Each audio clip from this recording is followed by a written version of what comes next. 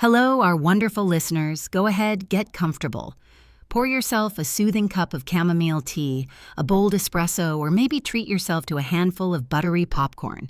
Let us know in the comments what kind of sunset you last saw if you've subscribed to our channel and if you've hit that like button. A captivating and heartfelt story awaits you, so settle in and enjoy. The documents tumbled out of the old file folder, landing right at my feet as I dragged the vacuum cleaner from the hall closet. I bent down to pick them up and froze. A property deed for the condo. In my name, Veronica Miller. Date of record June 23, 2019, 2 months before our wedding.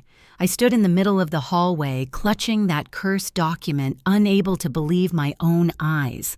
So for these past 5 years, Arthur had been lying straight to my face, telling me how hard he'd worked for this 2-bedroom place downtown, how he'd saved for the down payment, how he was still paying off the mortgage. And I, like an idiot, even offered to help with the payments. My hands trembled as I leafed through the other papers.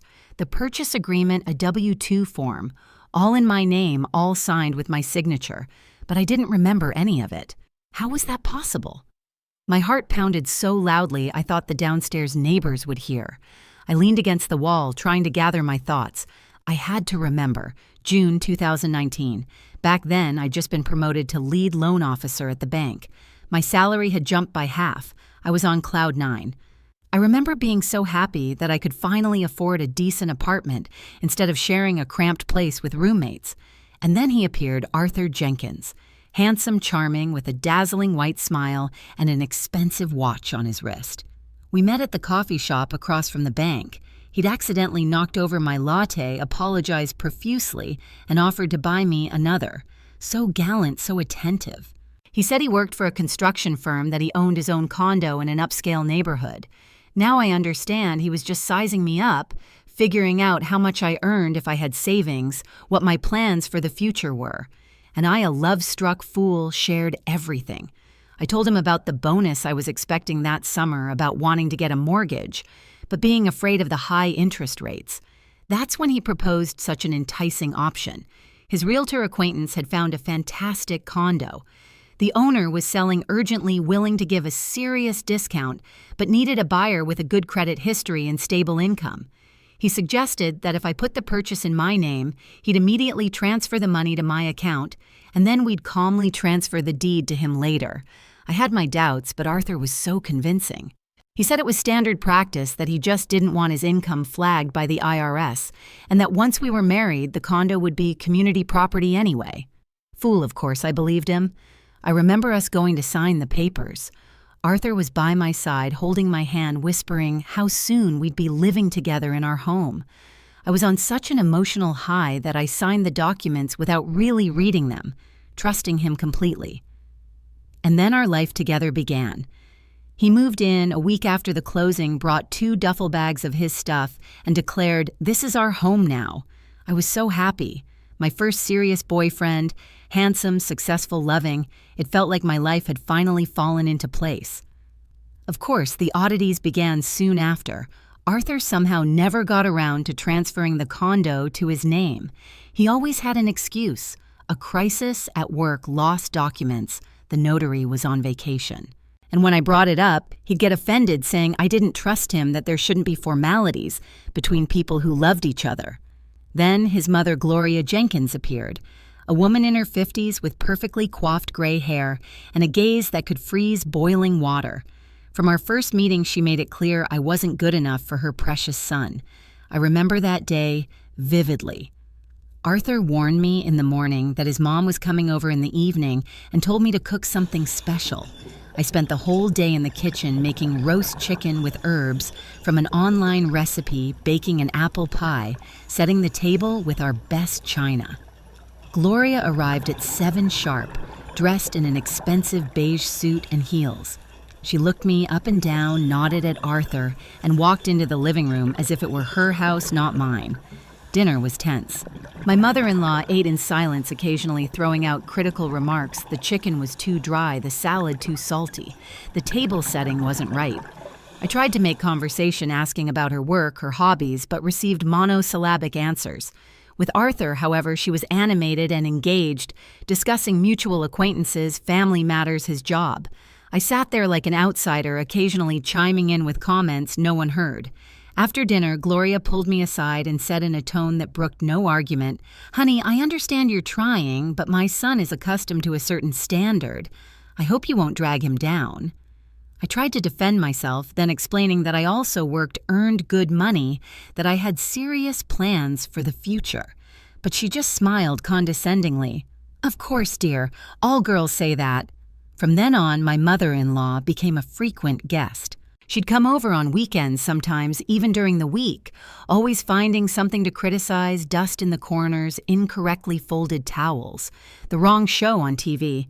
Arthur would just smile at her remarks and say, "Mom's a perfectionist, don't pay any attention." But I did pay attention. It irritated me that I felt uncomfortable in my own home, that I constantly had to justify why there weren't fresh pastries in the fridge or why I hadn't managed to iron Arthur's shirts. Work was going well. A year later, I was promoted to senior specialist. 6 months after that, I was offered the position of department head. My salary grew to $130,000 a year plus bonuses. I was proud of myself. At 34, achieving such a position in a major bank was a real success. I didn't talk about it much at home. Arthur reacted strangely to my career achievements. He seemed happy, but there was always a false note in his congratulations. And my mother-in-law thought a woman had no business building a career. She'd be better off thinking about family and children.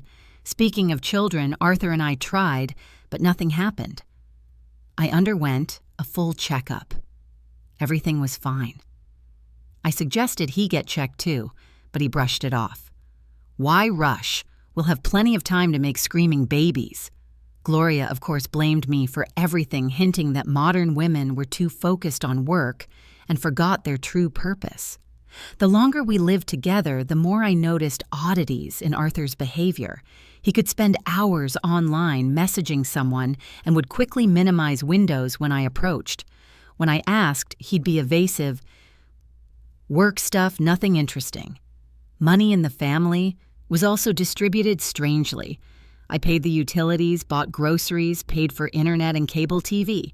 Arthur occasionally bought something for the house, but mostly spent on himself. New suits, expensive restaurants with friends, fishing trips.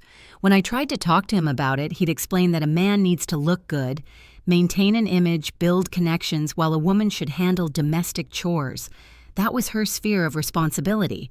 And importantly, it was all said in a tone as if he were doing me a favor by living in my condo and using my money. But my eyes only truly opened today when I found these documents. So he'd planned to deceive me from the very beginning. He made me put the condo in my name, then just moved in and started acting like he owned the place. And all these years, I thought I was living in his home and should be grateful. I shoved the documents back into the folder and went to the kitchen to put the kettle on. I needed to calm down and think everything through. Arthur would be home from work in the evening, and I would demand an explanation. Enough living in the dark. Outside, a light rain was falling, gray drops streaking down the window pane like tears. I sat at the kitchen table drinking hot tea and recalled all the strange things from the past few years. Now, a lot of it made sense. For example, why Arthur had insisted on our wedding, saying he loved me, dreamed of starting a family, that I was the best woman in his life. Turns out he just wanted to secure his claim to my condo through marriage. Or why he never suggested we get a bigger place, even though our 2-bedroom was a bit tight for 2. Why pay rent when you can live for free in my property? And why my mother-in-law had been so patronizing and dismissive towards me from the start. She probably thought her son was doing me a huge honor by being with me, and the fact that it was my condo and my money didn't concern her. I stood up and walked through the rooms, carefully examining what I used to consider our shared home. There was the sofa I'd bought on credit a year and a half ago. There was the TV, my birthday gift to Arthur. There was the dishwasher I'd paid for with my third-quarter bonus. And what had he bought? Maybe his personal belongings and a couple of knickknacks like a vase or a table lamp. Everything else was mine. So not only had I provided him with free housing, but I'd also furnished it at my own expense. Anger welled up from deep in my stomach, spreading through my body. What a blind fool I'd been. How could I have not noticed the obvious for so many years living with a man who used me like a cash cow and still thinking it was love? At 6:00 p.m., the front door clicked open. Arthur was home from work. I heard him taking off his shoes in the entryway, hanging his jacket in the closet, going to the bathroom to wash his hands, the usual evening ritual. But today, everything was different. He came into the kitchen, kissed me on the cheek, and opened the refrigerator. "What's for dinner?" he asked casually. "Arthur, we need to talk," I said, trying to keep my voice steady. He turned to me, still smiling. "About what, sweetheart? Did something happen?" I placed the folder with the documents on the table. "About this." The smile slowly faded from his face. He came closer, glanced at the papers, and turned pale. "Ronnie, I can explain." "Explain." He sat down across from me, ran a hand through his hair. He seemed to be frantically trying to come up with what to say. "Look, back in 2019, I had some issues with the IRS. My old place was in my mom's name, and if I'd bought a new one in my name, it would have raised questions." "Keep lying," I interrupted. "Ronnie, what are you saying I was going to transfer everything? I just didn't have time. Work worries. 5 years you didn't have time." He fell silent, realizing further lies were useless. And I continued, "So you deliberately met me, found out I had a good salary and credit history, and then made me buy you a condo. I didn't make you, you agreed, because you tricked me. You said it was temporary, that we'd transfer it later. Ronnie, let's not fight over something trivial. What difference does it make whose name it's in? We're a family. Everything we have is shared." At that, I couldn't hold back. I stood up from the table so abruptly the chair fell over. "Shared seriously. Tell me, how much did you spend on this condo in 5 years? How much did you pay for utilities, for repairs, for furniture?" Arthur remained silent, his eyes downcast. "Exactly. You live here like an honored guest in a hotel. You spend all your money on yourself while I support you and your mother, who still dares to criticize me in my own home." "Don't yell," he said quietly. "The neighbors will hear." "I don't care about the neighbors. Stop lying to me, Arthur. You used me from the very beginning. This isn't love. It's fraud." He looked up, and I saw something new in his eyes. Not remorse, not shame. Coldness. "All right," he said slowly. "Let's say you're right. So, what are you gonna do?" The question caught me off guard. Indeed, what sue him, demand compensation, kick him out? "I don't know yet," I answered honestly. "But you're not gonna lie to me anymore." Arthur stood up, came over to me, and put his hands on my shoulders. "Ronnie, honey, why do we need to fight? Yes, I didn't act very nicely back then, but look how well we live. We have a beautiful home, stability, understanding. Are you really ready to destroy all that over some pieces of paper?" His hands on my shoulders suddenly felt repulsive. I pulled away. "These aren't just pieces of paper. This is my life, which you stole. Don't be dramatic. I love you. We're husband and wife. There shouldn't be any scores or claims between us." "Love me?"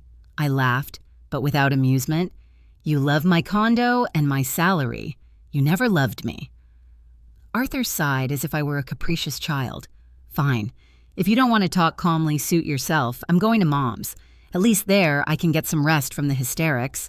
He turned and headed for the door. At the threshold, he turned back. "And by the way, Ronnie, think carefully. You're already 34. Finding a decent man at your age won't be easy. Not everyone gets as lucky as you did with me." The door slammed shut. I was left alone in the kitchen, trembling with rage and humiliation. There it was, his true face. No love, no remorse, only calculation and contempt. I gathered the documents back into the folder and went to the bedroom. Tomorrow morning, I'd deal with this situation. I'd go to a lawyer, find out my rights.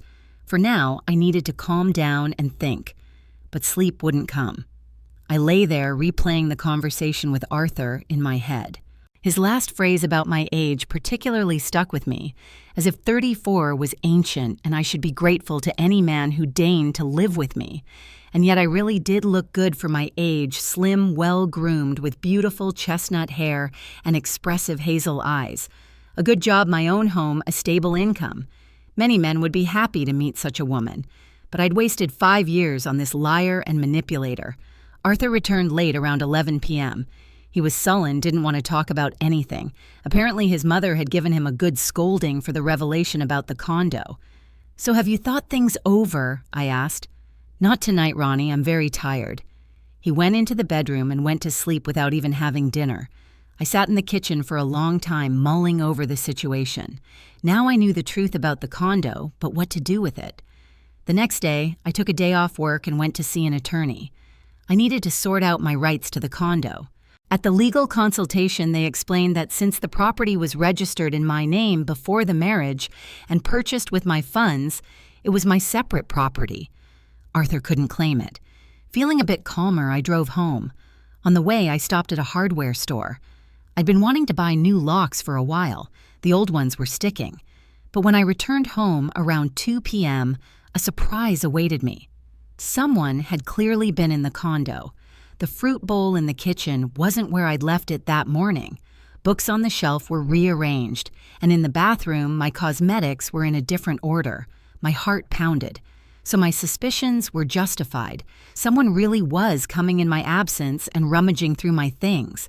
Then I remembered my mother-in-law had keys to the condo. Arthur had given them to her just in case, saying if something happened, Mom could come in and check. I'd objected at the time, but he'd insisted families should trust each other. Now I understood Gloria was using the keys for secret visits, coming when we weren't home and conducting an audit of my life. The audacity was simply off the charts. That evening, Arthur came home and immediately noticed the new locks. "What's this?" he asked, examining the shiny hardware. "Change the locks. The old ones were sticking." He frowned. "Are you going to give Mom a key?" "Why?" "Why? What if something happens? What if someone needs to get into the condo?" "Nothing will happen, and if it does, you have a key." Arthur looked displeased, but didn't argue. He probably realized that after our conversation about the condo, it was better not to push it. But I now knew the real reason for his concern without keys. Gloria could no longer make her secret visits and gather dirt on me. The next few days passed relatively calmly. Arthur behaved with exaggerated politeness, apparently trying to smooth over the impression from our fight. I watched him thinking about what to do next. I needed to find out what exactly he and his mother were planning. And then an opportunity presented itself. On Saturday evening, Arthur was getting ready to go to a friend's birthday party. "Don't you want to come with me?" he offered. "No, I'm tired from the week. I'd rather stay home." He left around 7 p.m. I waited half an hour and then went on a reconnaissance mission. Gloria's house was only 2 blocks away, and the path there led through a small park. As I got closer, I heard voices. Arthur and his mother were sitting on a bench in their yard talking animatedly. So no birthday party. He'd come to his mother to discuss their plans. I hid behind a large tree and listened. "We need to act fast before she gets suspicious," Gloria was saying. "I've already found out all about her character from the neighbors. Many complain she's odd." "Mom, what if she figures it out?" Arthur worried. "She won't. She's head over heels in love with you. In 6 months, everything will be ready and we can make our move. And what if she doesn't agree to a divorce?" "She will. I have a plan. First, I'll completely discredit her with the neighbors. Then we'll file for divorce, say she's mentally unstable, that you fear for your safety." My blood ran cold. They were planning to portray me as crazy to take the condo. "And the condo will definitely go to me," Arthur clarified. "Of course. We're married, so it's community property. Plus, I'll find witnesses who will confirm you invested in renovations." "But I didn't invest anything. The witnesses won't know that. For money, anyone will say anything." I listened to this monstrous plan, unable to believe my ears. So Gloria wasn't just rummaging through my things. She was collecting compromising material, and Arthur was playing the role of a loving husband while his mother prepared the ground for seizing my property. "The main thing is that she doesn't suspect anything," Gloria continued. "Keep acting normal and I'll handle the neighbors. I've already worked on a few of them." "What if she finds the documents for the condo? If she finds them, tell her it's a temporary arrangement, that you're going to transfer it to your name. She trusts you, right?" They got up from the bench and walked towards their building. I remained standing behind the tree processing what I'd heard. Now everything was crystal clear. I wasn't just living with a deceiver, but with real con artists who were planning to rob me in broad daylight. but now I knew their plan, which meant I could prepare to fight back. After that overheard conversation in the park, when I learned about their monstrous plan to declare me insane and take my condo, I knew it was time to act. No more silence, no more tolerance. If they wanted a war, they'd get it. First, I installed a hidden camera in the entryway. I bought a miniature device at an electronics store disguised as a regular air freshener. Now every visit from Gloria would be recorded. I couldn't focus at work. My thoughts kept returning to the conversation I'd overheard. "We need to act fast before she gets suspicious," my mother-in-law had said. "In 6 months, everything will be ready," Arthur had replied. What did they mean? What plan were they developing? That evening, my husband came home later than usual. He said he was held up at a site due to problems with paperwork. But I no longer believed a single word he said. Most likely, he was meeting with his mother, discussing the details of their scheme. At dinner, Arthur was unusually affectionate, asking about my work, complimenting my new haircut, suggesting we go out of town for the weekend. This behavior was even more alarming. He was probably trying to lull my vigilance after discussing the condo seizure plan with his mother. "Ronnie, honey, let's discuss our future plans," he said, pouring me some wine. "Maybe it's time to think about children. Children. After I found out about his plans to get rid of me." The audacity was astounding. "It's a bit early for that," I replied coolly. "I want to focus on my career first." "But you're already 34. The biological clock is ticking." As if I didn't know that. But I certainly wasn't going to have a child with a man who was deceiving me. The next day, something I hadn't expected happened. My neighbor, Mrs. Henderson, from across the hall, caught me by the elevator and whispered conspiratorially, "Ronnie dear, is it true you're drinking?" I almost dropped my bag in surprise. What drinking?" "Well, Gloria was saying you've been hitting the bottle. She's very worried about her son." Blood rushed to my head. So my mother-in-law wasn't just spying on me. She was also spreading vicious gossip among the neighbors. "Mrs. Henderson, that's not true. I rarely drink maybe a glass of wine on holidays."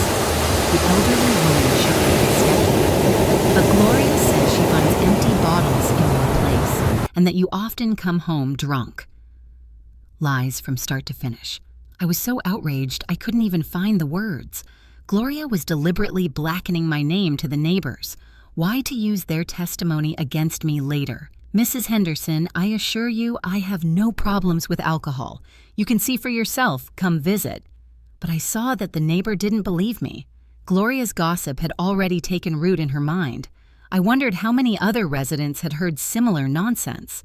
At home, I immediately checked the camera recordings from the past few days.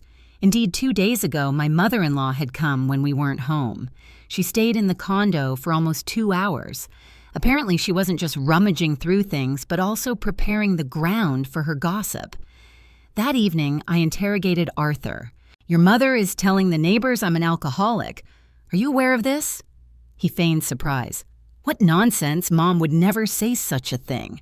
"She did. Mrs. Henderson from 4B will confirm it." "Maybe you misunderstood something, or Mrs. Henderson got it mixed up." More excuses and attempts to shift blame. Typical Arthur, never admit the obvious. "Arthur, your mother is deliberately slandering me to the neighbors. Why would she do that?" "Ronnie, you're being paranoid. Mom loves you. She only wants what's best." "Loves me? A woman who secretly goes through my things and spreads lies about me loves me? Absurd." The next day, I decided to conduct my own investigation. I talked to my downstairs neighbor, Mrs. Peterson from 3A. It turned out she had also heard interesting stories about my personal life. "Your mother-in-law says you abuse your husband." Mrs. Peterson informed me watering flowers on her balcony. "That you have screaming matches, break dishes, disturb the neighbors." Another lie. I never had fights at home, and the last time I broke a dish was accidentally a month ago, 1 cup. "Mrs. Peterson, that's not true. Everything is calm in our family." But Gloria cries that she's afraid for her son, says you're psychologically dominating him. So that was it. My mother-in-law was painting me as a domestic tyrant who abused poor Arthur, preparing public opinion for the inevitable divorce, where I would be the guilty party. My neighbor to the right, Mr. Goldstein, had also spoken with Gloria. He shared a secret with me. My marriage was hanging by a thread. "A woman should cherish her husband," he said didactically when he met me in the elevator, "and you, Ronnie, seem to be overdoing it. Arthur's a good guy. Guys like him are hard to find." So throughout the building, I was already considered a family monster. Gloria had waged a real information war, and I had lost without even suspecting it. But I wasn't going to give up. If my mother-in-law wanted to play dirty, she'd get a fitting response. First, I decided to find allies among the neighbors who knew me better. I knocked on Irene's door in 4D. We'd been friendly since I moved in. Irene worked at a bank and was a smart, sensible woman. "Listen, Irene, I'm having problems with my mother-in-law." I began once we were settled with tea in her kitchen. "She's spreading gossip about me." Irene frowned. "What kind of gossip?" I told her about my conversations with the neighbors. Irene listened attentively, sometimes shaking her head. "You know, Ronnie, I've noticed myself that your mother-in-law hangs around the hallway a lot, always finds an excuse to talk to someone. And she tells different stories, sometimes complains about your character, sometimes hints at problems in your family. But I didn't pay much attention, thought it was just mother-in-law quirks. And now you understand it's a system. Yes, it looks like a targeted campaign. But why? Good question." I explained my suspicions about Arthur and his mother's plans for the condo. My friend listened and whistled. "Wow, so they want to make you the villain in the breakup and then try to claim the condo through court. Looks like it. They're creating an image of a miserable husband suffering from a cruel wife. Then you need witnesses to your normal behavior. I'm ready to confirm that you're a sane and calm woman." At least one person on my side. That was already something. Over the next few days, I purposefully interacted with neighbors trying to turn the tide. I explained the truth to some, asked others not to believe the gossip. It wasn't all smooth sailing. Some residents had already formed a firm opinion of me under Gloria's influence, but allies emerged too. My next-door neighbor, Linda, a young mom, admitted she'd never heard any fights from our condo, and Mr. Kowalski, a retiree, was generally surprised. "What nonsense! You're quiet as a mouse, always polite. Where are these stories about fights coming from?" Gradually, my mother-in-law's information advantage began to wane. But I knew this was just the beginning of the war. At home, the atmosphere grew increasingly tense. Arthur sensed I was up to something but didn't know what. Sometimes he'd catch me talking to neighbors and suspiciously ask what we were discussing. A week later, another incident occurred. I came home from work to find someone had tried to pick the locks. There were scratches on the metal, apparently from a pick or a similar tool. I immediately checked the camera recording. Gloria had come during the day, fiddled with the locks for a long time, but couldn't get in. Eventually, she left empty-handed and obviously very angry. That evening, I showed Arthur the signs of the attempted break-in. "Your mother tried to break into the condo. Here's the proof." He reluctantly examined the scratches on the lock. Maybe it was some vandals. Vandals who come during the day to a specific condo. Arthur, the recording clearly shows it was Gloria. "What recording, Cass?" he asked sharply. "Oops, I'd let the camera slip. Now I had to confess. I installed a hidden camera after all these strange incidents with things being moved." Arthur's face darkened. "You're spying on us, putting cameras in your own home." "In my home," I corrected. "And I'm not spying on you, but on your mother who comes without permission. Remove the camera immediately." "I won't. I have the right to monitor the security of my own property." He grabbed his head. "Ronnie, you've completely lost it. Spying on family, fighting with neighbors, now putting up cameras. Interesting tactic, trying to paint me as paranoid." But I didn't fall for the provocation. "The camera stays, and if your mother tries to pick the locks again, I'll call the police." Arthur went to his room, slamming the door loudly. I was left to ponder what to do next. It was becoming clear that an open confrontation was inevitable. The next day at work, something happened that finally opened my eyes. I went to the bank ATM to withdraw money from my card and found there was much less in the account than there should be. I requested a statement for the last month. It turned out that sums of $50, $50, $50, and $100 were regularly debited. The transactions were made through ATMs in different parts of the city, but not where I usually went. My heart lurched with a sickening realization. Could Arthur be secretly using my card, but how The card was always with me. Only I knew the PIN. Then I remembered. Several times he'd asked to borrow my card to go to the store when he didn't have cash, saying his card was blocked, or he'd forgotten it at home. I'd given it to him, told him the PIN, thinking, what's the big deal, we're family. Now I understood he'd memorized the numbers and made a duplicate card, or somehow else gained access to my account. That's why he always had money for his amusements, even though his salary in construction was unstable. I immediately blocked the card and ordered a new one. The bank explained that it would be difficult to recover the stolen funds since the transactions were made with the correct PIN. Technically, there was no fraud. I drove home in a rage. So not only had Arthur deceived me about the condo, but he was also stealing my money. How many thousands had gone over the years? Tens of thousands. That evening, I confronted him. You've been stealing money from my card. Arthur tried to feign surprise. What are you talking about? I have the bank statement, regular withdrawals that I didn't make. Maybe it was some hackers. There are so many ways to steal card data these days. Hackers who knew my PIN. He faltered, realizing he was caught. Ronnie, okay. Sometimes I took a little money, but we're family. I was having trouble with my salary. A little? You stole tens of thousands of dollars. I didn't steal. I borrowed. I was going to pay it back. When you haven't paid back a cent in 5 years, Arthur sat on the sofa, his head bowed. I'm sorry, Ronnie. Yes, I acted badly. But you know there's a crisis in construction, salaries are delayed, and expenses are high. His pitiful tone didn't move me. Too much deception to believe his words anymore. What did you spend my money on? Well, on various things. Clothes, lunches with colleagues, birthday gifts for Mom. Gifts for Mom with my stolen money. The audacity was unbelievable. Arthur, do you realize this is theft, a criminal offense? He looked up, fear flickering in his eyes. Ronnie, you wouldn't report it to the police, would you? We're husband and wife. And you won't steal anymore. Of course not. I'll change, I promise. But I no longer believed a single word.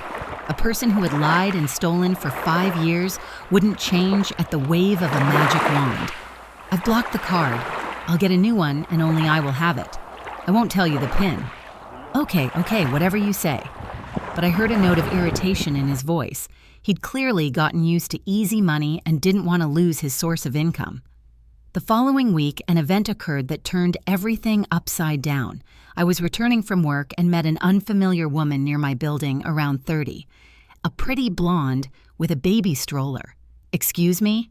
She approached me. Do you happen to know where Arthur Jenkins lives? I was stunned. And you are? I'm Maria, his ex-wife. Been seeing us. The ground swayed beneath my feet. What ex-wife Arthur had never said he was married before? I'm sorry, but you must be mistaken. My husband Arthur has never been married. The woman raised her eyebrows in surprise. Never been married? Then who am I? We got married in 2017 and we divorced. She hesitated. Actually, we haven't officially divorced yet. The world started spinning. So Arthur had been married to another woman all these years and our wedding was a sham. Are you sure you're talking about Arthur Jenkins, the construction engineer? Of course, look. Maria pulled out her phone and showed me a photo. On the screen, my husband was smiling, hugging this very blonde. In their hands were 2 passports and a marriage certificate. But how? I could barely speak from shock. We're married too. Now Maria was surprised. So he married you without divorcing me, but that's bigamy. Apparently, yes. And Arthur had committed a crime by marrying me without dissolving his previous marriage. Our wedding was invalid, which meant I'd been living in a common-law marriage all these years without even suspecting it. And why are you looking for him? I asked, trying to cope with the shock. Maria pointed to the stroller. We have a child together, our daughter Amy. She's 2 years old. Arthur is supposed to pay child support, but he disappeared. Changed his phone number. So I'm trying to find him through his old address. A child Arthur had a daughter from his first wife, and he'd hidden it from me all these years. Listen, Maria, let's go to a cafe and talk calmly. I think we've both been victims of deception. We settled at a table in a nearby cafe. Maria told her story and I told mine. The picture that emerged was depressing. It turned out Arthur had met Maria in 2016, courted her, gave her gifts, promised to marry her. When she got pregnant, they got married. But their family life didn't work out. Arthur often disappeared, lied about work, didn't help with the child. He said he was working on big construction projects in other states, Maria explained. He could be gone for a month, then come back for a week and disappear again. I thought it was just the nature of his profession. Now she understood during those periods, he was living with me, managing to deceive two women simultaneously, playing on the fact that we didn't know about each other. And when did he finally disappear? I asked. 6 months ago. Said he was going to a big project out west, promised to send money, and then vanished. He doesn't pay child support, doesn't answer calls. 6 months ago. Just when I started noticing oddities in his behavior.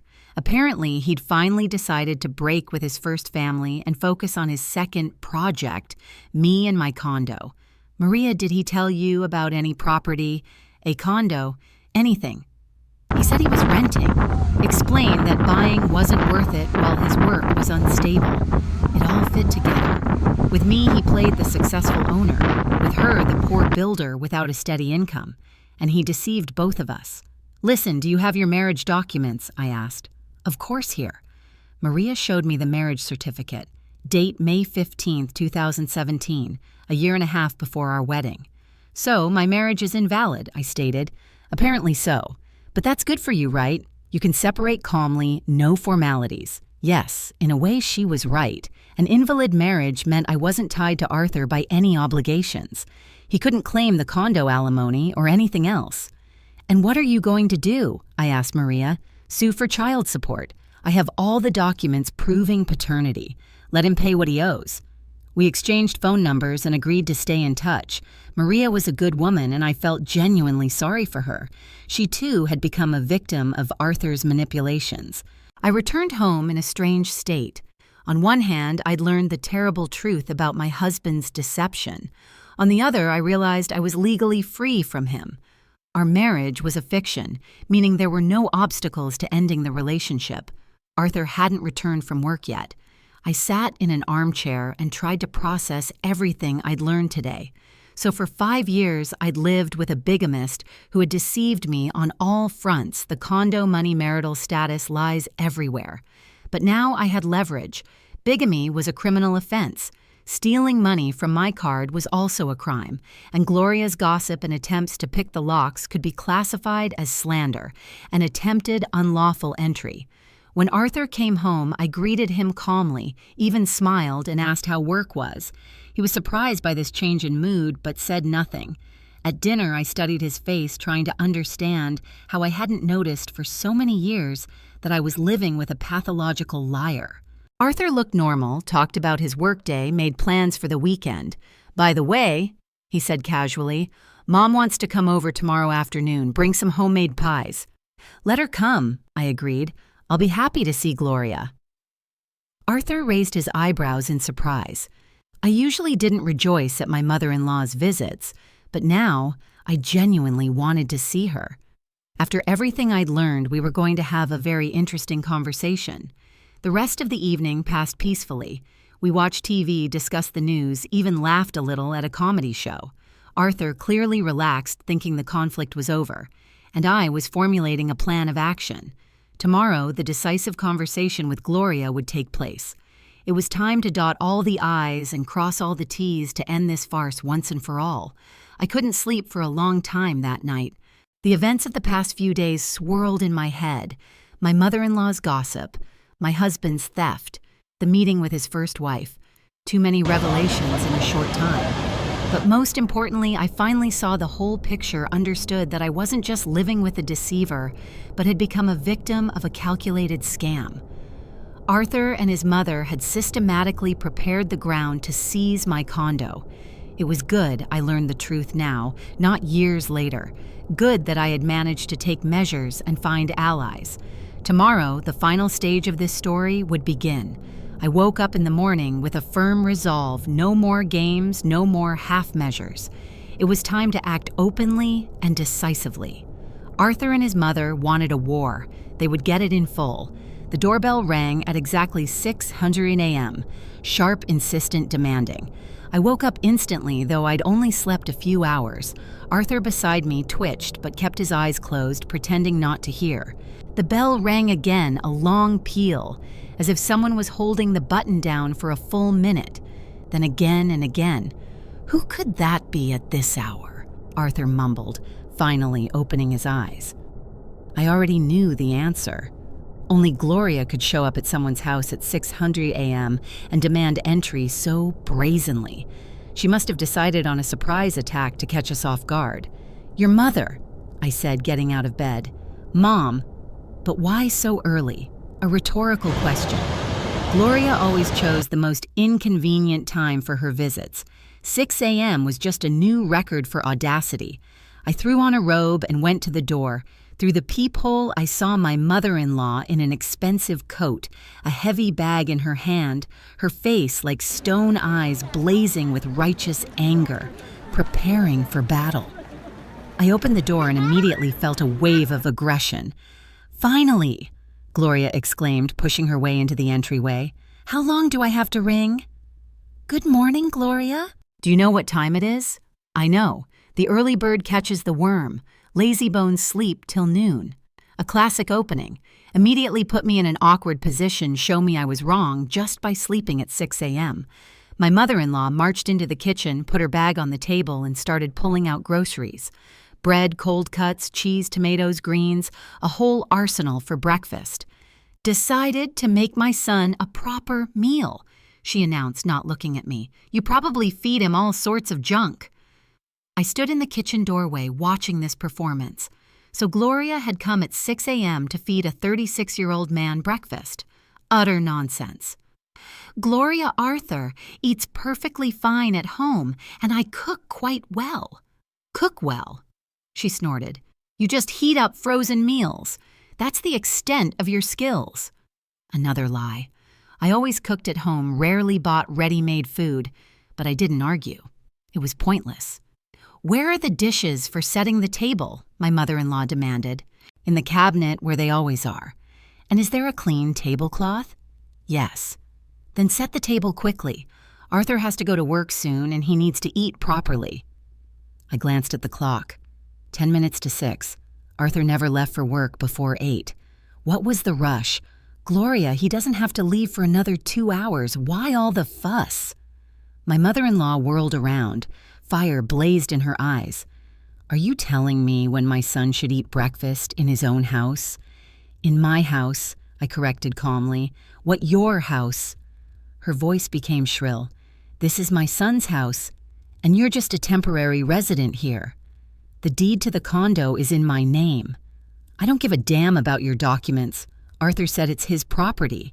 Interesting, so Arthur was still lying to his mother about the condo. Why? To make her feel more confident in her fight against me. "Gloria, your son is deceiving you.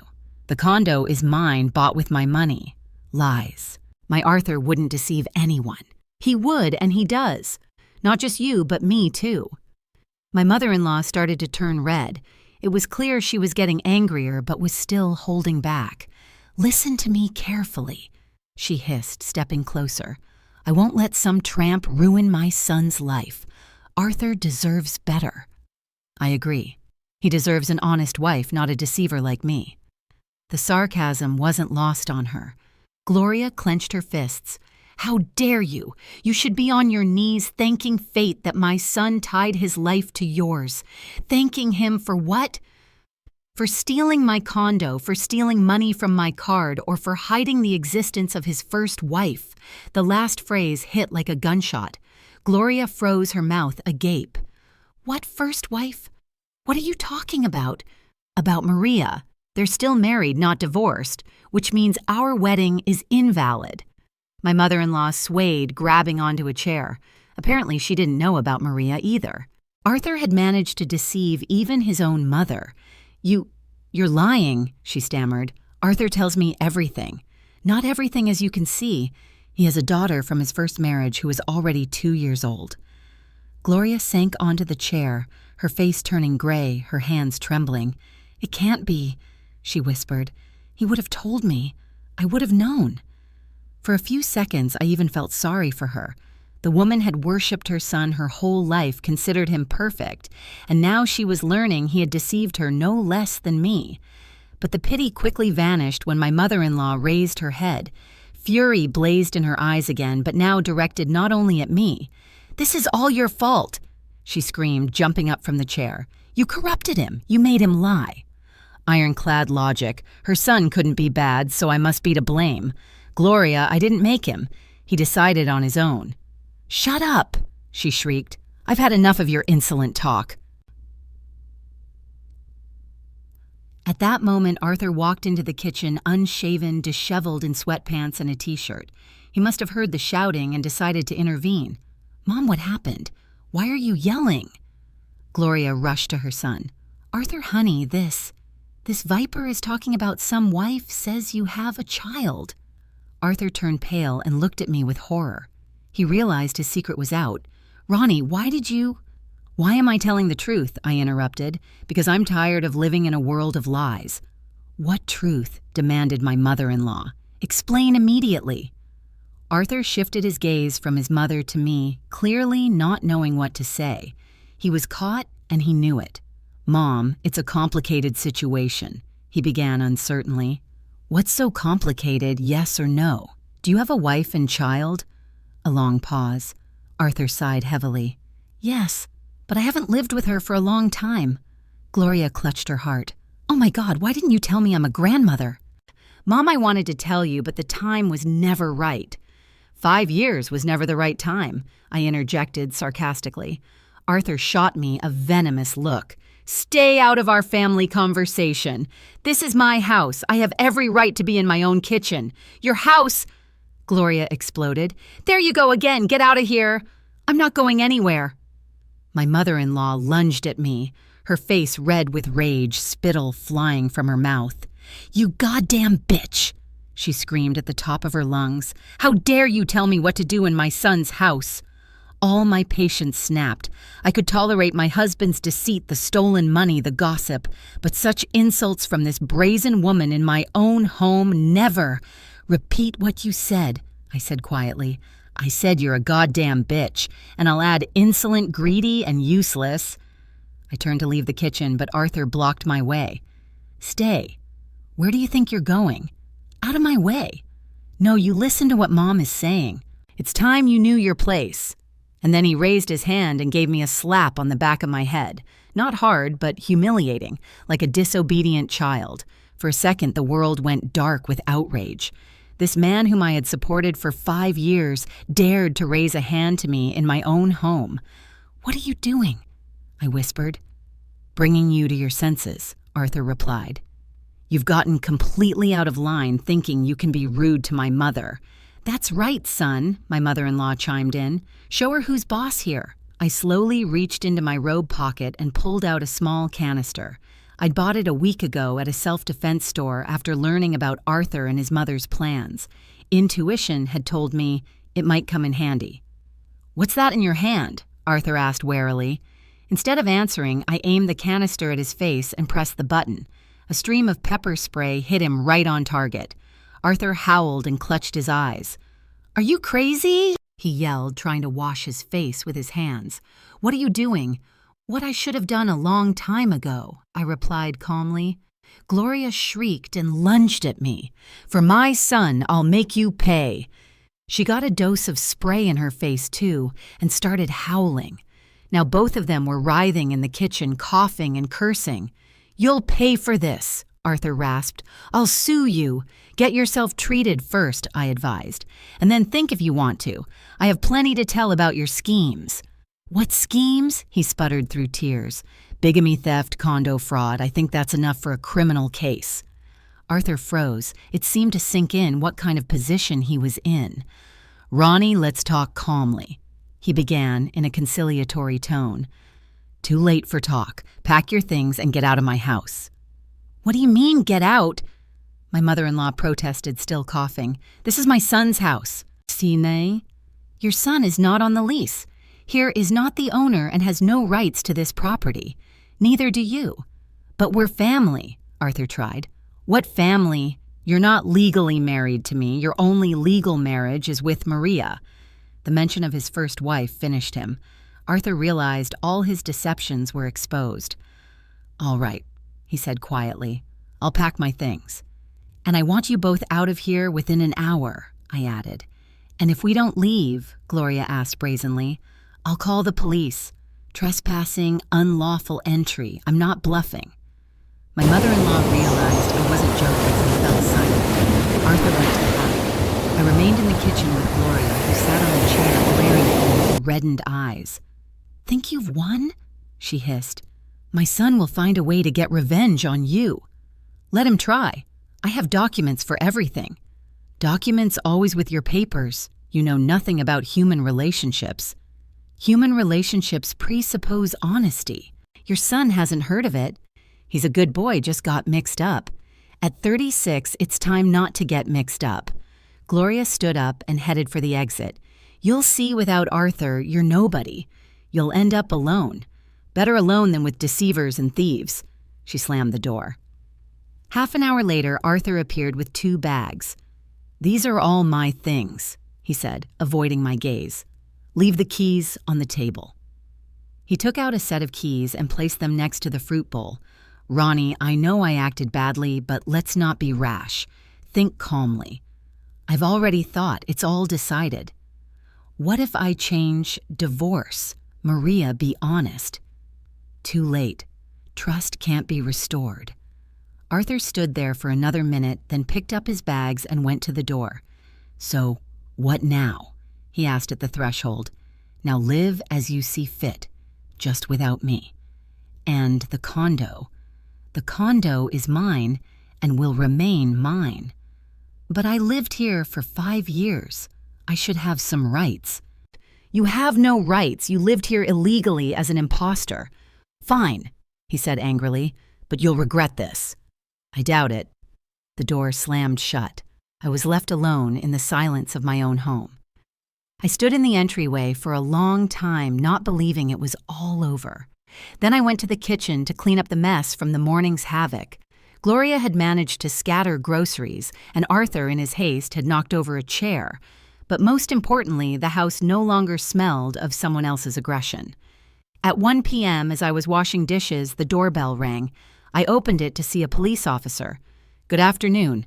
We received a complaint about the use of pepper spray against citizens. May I come in?" I invited him into the living room. The young officer, with a serious face, took out a notepad. "Tell me what happened this morning." I honestly told him the whole story, from discovering the documents to kicking Arthur and his mother out. The officer took notes, occasionally asking clarifying questions. "Do you have documents for the condo?" he inquired. I showed him the deed of ownership. He examined it carefully. "And where is your cohabitant registered?" "I have no idea. He's not registered here." "So he was living here illegally?" "Apparently so." The officer closed his notepad. "In that case, the use of pepper spray can be regarded as self-defense. You were protecting your home from unlawful intrusion." "So I didn't break the law?" "No, but I advise you to be more careful in the future. It's better to call the police immediately in case of conflicts." After the policeman left, I felt immense relief. So legally, I was in the clear, and Arthur and his mother got what they deserved. That evening, Maria, Arthur's first wife, called. "Ronnie, hi. How are things? Did you talk to Arthur?" "We talked. I kicked him out." "Kicked him out how?" I told her about the morning's drama. Maria listened, gasping. "Wow. So he was deceiving you all this time, too?" "Apparently so. What's new with you?" "I filed for child support. Now let him pay what he owes." "Right. The child isn't to blame for having a scoundrel for a father." "And what are your plans?" "Good question. What's next?" For the first time in 5 years, I was completely free.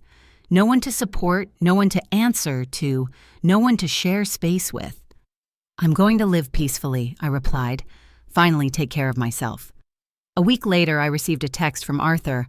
"Ronnie, let's meet talk. Maybe we can find a compromise." I deleted the message without replying. No compromises with deceivers and thieves. A few days later, Gloria called. "Honey, what are you doing? Arthur is completely beside himself." "That's his problem," I replied calmly. "But you loved each other. Love is incompatible with deceit." "Well, at least give him some money for rent. He's out on the street." The audacity was off the charts. First, she calls me every name in the book, and now she's asking for money. "Gloria, your son stole my money for 5 years. Consider that I've already paid him in advance for many years of rent. You're cruel, heartless. Fair. Goodbye." I hung up and added their numbers to my block list. Enough communication with that family. A month later, I ran into Arthur at the supermarket. He didn't look well, thin or haggard, cheaply dressed. Apparently, life without my financial support was tough. He tried to talk to me. "Ronnie, how are you?" "Fine." "Listen, could you possibly—" "No," I interrupted. "No, nothing. But I've changed. I divorced Maria. I'm paying child support." "Congratulations. Those are your personal matters." "Maybe you could lend me some money. I'll pay you back." There it was, the true purpose of the conversation. Money had run out, nothing to live on. "I won't, and you won't pay it back, as practice has shown." Arthur realized he wouldn't get anywhere and walked away with a dejected look. I continued my shopping without even looking back. 6 months later, I learned from Maria that Arthur had married for the 3rd time to a young woman with her own condo. He'd apparently found a new victim for his fraudulent schemes. "Poor girl," Maria said over the phone. "She probably has no idea who she's gotten involved with." "Her business," I replied. "I'm not going to warn her. Let her figure it out herself." "And how are you?" "Not bored. On the contrary, for the first time in years, I feel free." And it was true. The condo became truly mine. Cozy, calm, without external aggression. Money stopped disappearing into unknown directions. My nerves calmed down. Of course, sometimes I felt lonely. The habit of living with someone makes itself known. But loneliness turned out to be 1,000 times better than life with a deceiver. I enrolled in French classes I'd long wanted to attend, bought a gym membership, started traveling. It turned out that without Arthur, money for trips was easy to find. A year later, I was offered a promotion at work with a move to Chicago. Twice the salary, excellent prospects. Before, I couldn't have accepted such an offer. Arthur wouldn't have gone there, would have been fights. Now there were no obstacles. I sold the condo, bought a new one in Chicago, and moved. A new life began, honest, open, without deception and manipulation. But 6 months after moving, an event occurred that turned my life upside down again. A letter arrived from a notary in my hometown. It turned out that a distant aunt, whose existence I hadn't even suspected, my late father's sister, had passed away. According to her will, I inherited her property, a house in the countryside, and a considerable sum of money. But along with the inheritance documents came a personal letter from my aunt, written shortly before her death. Reading it, I learned a shocking truth about my family. It turned out that my father, whom I had considered a hero and an ideal man, had actually abandoned his first family, his wife, and 2 young children. My mother had been his mistress, the one who destroyed another family. And that very aunt was his first wife's sister and had hated our family her whole life for the pain caused. But before her death, she decided that children are not responsible for the sins of their parents and left me the inheritance. "Perhaps you are better than your father," she wrote in the letter. "I hope the pain your father caused my family will teach you to be more honest with people." This shocking turn of events made me rethink my entire life, so I myself had grown up in a family built on deceit. It was no wonder I had attracted a deceiver like Arthur. Sometimes I remember that morning argument when Gloria screamed, "You goddamn bitch!" and Arthur raised his hand to me. I remember and I thank fate that I had the courage to fight back. The pepper spray still lies in my purse, just in case. Who knows what other princes I might meet on life's journey. Now I'm ready for any surprises. And most importantly, I understood a simple truth. It's better to be alone than with those who don't value you. Freedom is more precious than any relationship built on lies and deceit.